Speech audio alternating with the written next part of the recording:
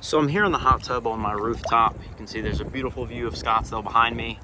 And I wanted to record another video today because I'm really committed to these daily videos about how last night I spent 2 hours projecting myself out to the future. 2 hours just sitting doing nothing, but just projecting myself out to the future. Just imagining what I want my life to be like in 20 years from now, specifically 20 years, right? So what I did is I put my phone away. I didn't even bring it with me. And I sat for 2 hours and forced myself to think. And I realized most of the time we're not even thinking. We're just reacting to stimulus. We're not even really going deep into our own mind. What we're really doing is just reacting to the world around us, the things that are popping up, the things that are stimulating us, right? That's really what's happening most of the time. So super refreshing, and honestly probably the best 2 hours I've ever spent in my entire life. And I know that sounds crazy, sounds like hyperbole, but I want you to try this. Basically what it is, I sat down, no phone, no nothing, and then I started thinking about what I want my life to be like 20 years from now. So I started thinking, all right, first of all, what do I want to be doing 20 years from now? What is the company? What is the thing I'm really passionate about? And I started thinking about that. I started thinking about the company that I want to run. And then I started thinking about the different types of projects I want to be working on in addition to that main company. I want to help solve aging. I want to help with kids' education. I want to create a brain-machine interface company. These are all things that I'm passionate about, problems I want to solve. And I said, okay, well, now I made it even clearer. I made it even clearer. So now I'm really visualizing, I'm really making it real. And I started thinking, okay, well, how many kids do I have? What is my wife like? How am I interacting with my kids?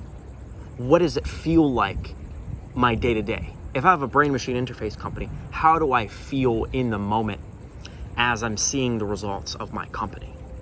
How do I feel in the moment? I'm visualizing myself in the moment at that age, at 20 years from now, I'll be 43. So I was visualizing what my life would be like with a brain-machine interface company at age 43. And I said, okay, well, where do I want to be? Well, I want to be at least, multi-billionaire. And I said, okay, well, back up for a second. What do I need to do in the next 20 years to make that a reality?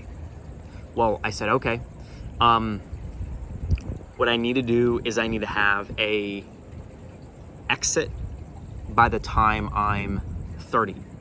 And I said, okay, well, given what I'm doing right now in the present,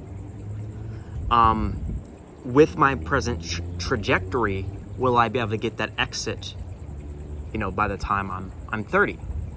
And if not, what would the vehicle need to be in order to get that exit, right? And I came to the conclusion I am on the trajectory to do that, maybe, likely even sooner than 30, right? But at the end of the day, it's very hard to predict the timeline it's going to take to achieve things, because things usually take longer than you think they're going to take in order to achieve.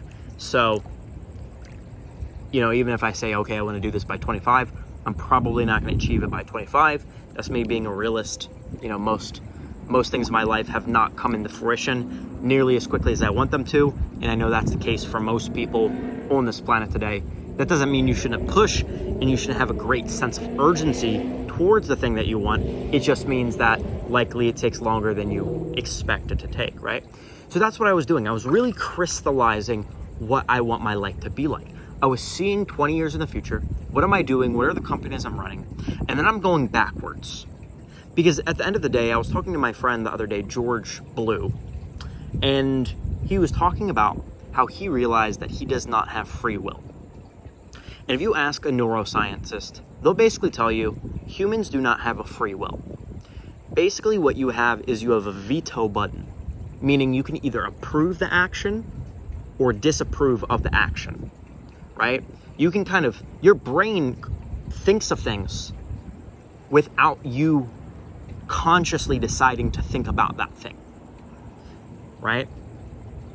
You wake up and most of your thoughts are pre-programmed. You don't even know where some of them are coming from, right? Like you're thinking about things all the time that you have no control over. What you do have control over is whether or not you decide to do the impulse that you feel like you should do. For example, you might think, oh, I should really grab a snack right now. Where did that come from? It didn't come from anywhere. Your brain just decided, oh, that's what I want. And you have the ability to veto that decision. Am I going to do that? No or yes. Yes or no. You have the ability to choose whether or not to do that thing. But the reality is you don't really have free will, right? Scientists have basically come to that conclusion. So if you don't have free will, then what you can do is you can put yourself in a position to make so to make sure that you know where you're going in the future, and then you can go ahead and retrace your steps back and make sure you're on the trajectory towards something, right? You can choose your direction, right? And then you can change your environment so that your actions are in alignment with that thing you want, right? Because your environment dictates your habits.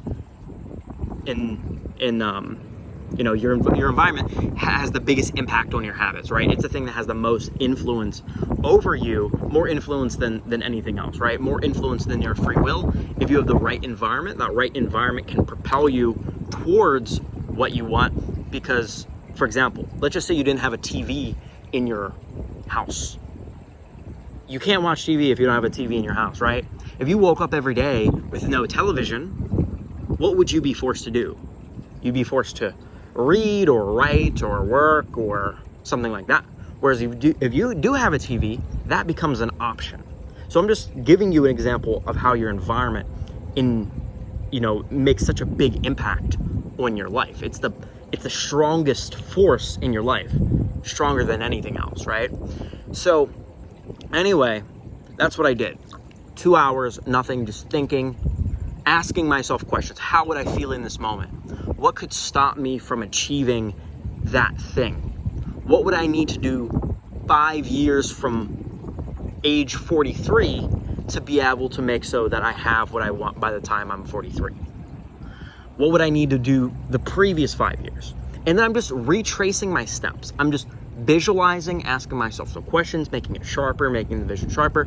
And I plan on doing this every single day for the rest of my life, really. I'm going to spend 2 hours to think for the rest of my life.